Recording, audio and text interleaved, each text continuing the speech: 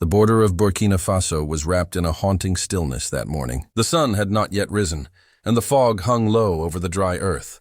57 massive trucks stood bumper to bumper, their headlights slicing through the darkness like eyes of a sleeping beast. Soldiers surrounded the convoy, rifles ready but unsure what to expect. The radio buzzed softly. "Command, the trucks are not moving." "Hold your line," came the reply. The air was thick, tense, and electric. Inside one of the trucks, a driver whispered nervously, "If they open this, we're done." His companion didn't respond. He only tightened his grip on the wheel, praying silently. At that same hour, in Ouagadougou, President Ibrahim Traoré stood in his dimly lit office, staring at a live drone feed of those same trucks. His jaw was tense. "Aid supplies at 3 a.m. with no clearance?" he muttered.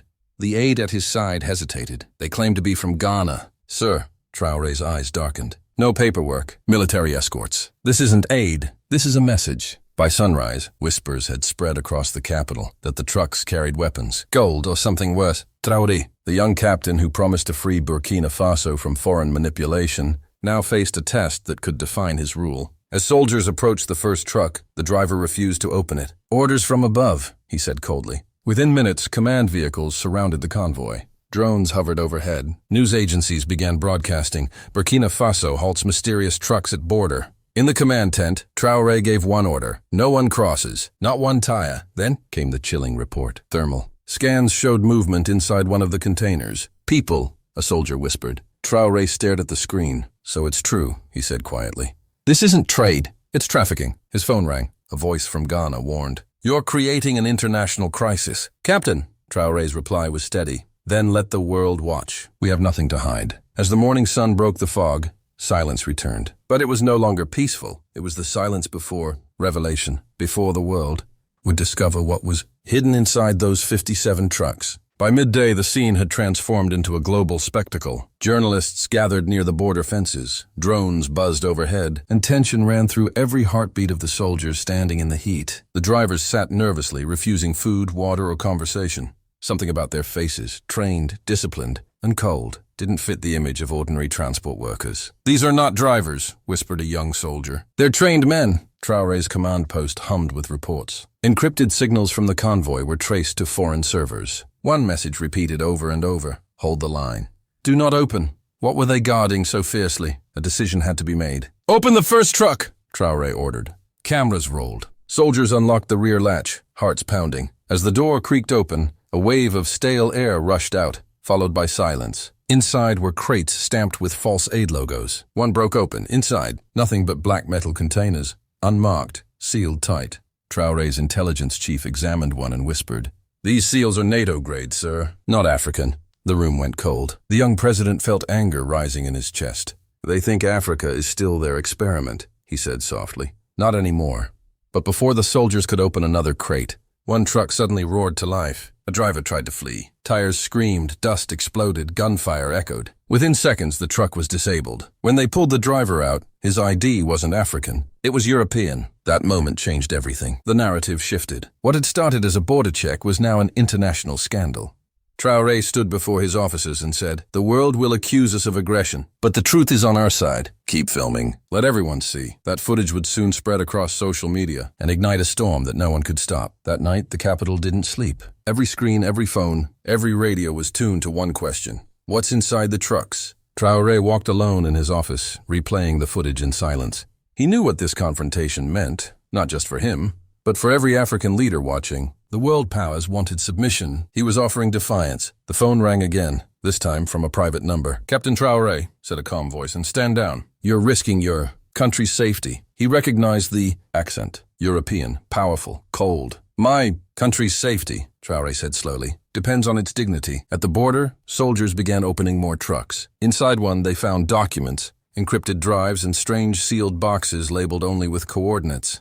"This isn't aid," said an officer. "This is intelligence equipment." The realization hit hard. They weren't just smuggling goods. They were installing surveillance across West Africa. Traoré called a press briefing but said only one sentence. "Burkina Faso will not kneel." That clip went viral across the continent. Meanwhile, foreign embassies denied involvement. Social media exploded with theories, weapons, gold, even nuclear components. But inside the presidential compound, a sense of danger grew.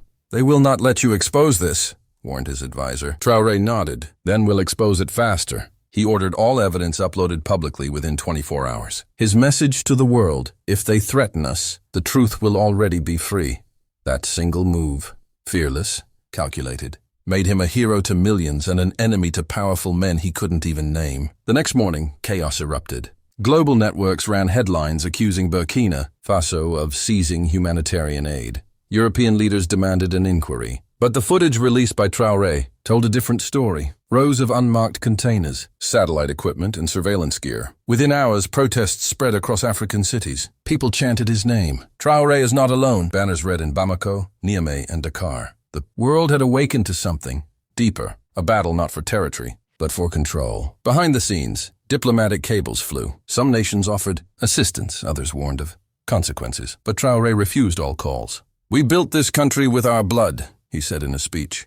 "We will not sell it for favors." That line, replayed millions of times online, became a symbol of resistance. Yet the truth was even darker. The intercepted data revealed the convoy had been routed through 5 countries, carrying advanced tracking modules, capable of mapping entire communication networks. "They wanted our silence," said the intelligence chief. "And when we refused, they sent us bait." International pressure mounted. Sanctions were whispered. Yet Traoré remained unmoved. In private, he told his closest aide, "If they fear one man's voice, imagine what will happen when Africa speaks together." The world was watching. The silence of that first morning had become a roar. When the final truck was opened, the truth came out, and it shook everyone. Beneath the crates, hidden under layers of camouflage, lay human cages.